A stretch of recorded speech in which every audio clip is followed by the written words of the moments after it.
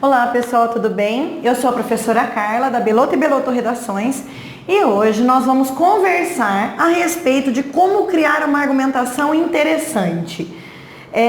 Uma coisa que é muito comum com os vestibulandos é que assim, a gente acaba achando que a produção de texto ela é somente estar a par de tudo que vem acontecendo na atualidade, ter lido os livros da universidade que vão cair lá na faculdade, os canônicos e tal. Sim, não é só isso, tá bom? Isso também é, mas não é só isso. O que rola pra gente fazer uma argumentação que se torne interessante para o seu corretor? Inicialmente, como eu disse há uns vídeos atrás, você precisa buscar fazer ligações entre tudo que você vê e as temáticas que podem cair no vestibular. Mas além disso, você precisa compreender o seguinte, que tudo pode ser argumento, tudo pode ser argumento. Mas Carla, não estou entendendo do tudo pode ser argumento. Bom, nós tivemos uma redação nota 1000, sim, que inclusive depois houve uma denúncia de plágio de uma outra aluna no ano posterior que usou a mesma redação, o mesmo começo da redação nota 1000 do Enem, no qual ela citava Machado de Assis. Sim, na obra Memórias Póstumas de Brás Cubas, pois Brás Cubas dizia que ele não havia deixado filhos, pois não queria deixar um legado negativo para a sociedade. Nossa, Carla, mas como que eu consigo ligar isso? Então, assim, a violência contra a mulher é uma forma de eu falar, olha, eu não tive filhos porque eu não queria deixar esse legado negativo para a sociedade, porque os meus filhos poderiam ser possíveis agressores. Ah, então eu consigo, Carla, reunir as minhas ideias com as ideias que eu li em obras de autores super importantes da literatura? Claro que vocês conseguem, ok? Então, assim, o que nós precisamos compreender, que em todos os momentos que vocês estiverem lendo, você fala, nossa, ai professor, então eu estou lendo o Cortiço, e eu consigo citar lá no meu texto, então, a questão que é proposta por Aloysio de Azevedo em torno do determinismo social, do determinismo biológico e do determinismo geográfico. Nossa, dá para usar tudo isso então lá na minha redação e ela se tornar mais interessante? Claro que dá, pessoal.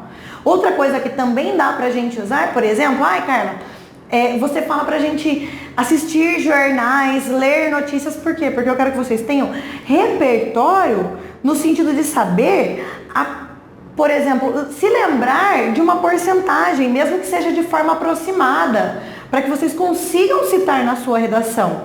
Sim? Então, por exemplo, eu posso colocar lá uma que eu vi nessas últimas semanas, tá? De que o Brasil é um país que tem aproximadamente 50% da população sem saneamento básico. Pô, passou no Jornal Nacional, tava lá no G1, tava lá no UOL, na Folha, no Estadão, na Record, no SBT. É uma notícia que ela saiu em todos os jornais. Então você pode, de repente, se o seu tema de redação falar a respeito disso, você consegue fazer essa ligação que você viu, entendeu?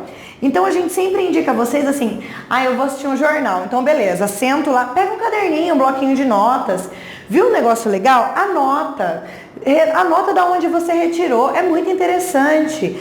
Ou então você estava lá de repente, né, naquela dedada lá no Face, e aí você viu uma matéria, uma pesquisa de Harvard sobre, sobre uma possibilidade da cura de tal doença. Nossa, que legal. Leia a matéria. Confira se de fato ela é da universidade que a gente está falando. Leia a matéria. E aí cita na sua redação, se tiver a ver, entendeu? Por exemplo, vai falar a respeito do desenvolvimento da medicina no país ou no mundo. Aí você fala lá, de acordo com os pesquisadores de Harvard, em pesquisa apresentada no ano de 2016, tal. Sim, ou uma redação que fala em torno da pesquisa. Existe importância nessa pesquisa do Brasil? Então, uma pesquisa sobre formas de curar a dengue, como evitar uma vacina, coisa do tipo. Você vai lá nossa, eu assisti no jornal lá na minha cidade que a Universidade de Botucatu, por exemplo, a Unesp de Botucatu, tem uma pesquisa muito intensa sobre formas de curar a dengue, para que a gente não chegue ao óbito por conta dessa doença. Nossa, que legal, dá para estar na minha redação. É isso que eu estou falando para vocês. Tudo se torna argumento. Ai, lá o professor de filosofia. Nossa, ele explicou a teoria do Thomas Hobbes, que o homem é o lobo do homem. Nossa, que maravilha. Como que eu posso usar? Gente, em vários temas de redação, o homem, o próprio homem que nos ajudou, que criou determinada coisa, ele mesmo tem a competência, quando ele quer, de destruí-la. Sim? Ou você escolhe, de repente, um pensador de educação, você escolhe alguém que seja interessante para você. Você não precisa saber a teoria de todos os filósofos, mas aquela que te chamou a atenção. Sim? Esses dias eu estava dando uma olhadinha na obra O Príncipe de Maquiavel, para conseguir compreender um pouco mais a respeito dele. Achei aquilo incrível. Nossa, dá para usar de diversas formas, porque o líder, ao olhar de Maquiavel, ele não pode ser o bonzinho, ele não pode ser somente isso. Então daria para vocês usarem para falar, por exemplo, de estados totalitários, sim? Então é assim que funciona, a gente vai fazendo as ligações e sem deixar de pensar que tudo pode ser argumentação. Tudo. Só depende da sua atenção, sim, e das ligações que você vai propor a você mesmo. Sem contar na parte que eu havia falado lá no começo do vídeo, que é a seguinte: você quer ter um texto top, um texto legal, que se aproxime, ou seja, um texto 1000, ou seja, o texto nota máxima no vestibular que você escolher, você não pode esquecer, em hipótese alguma, de treinar.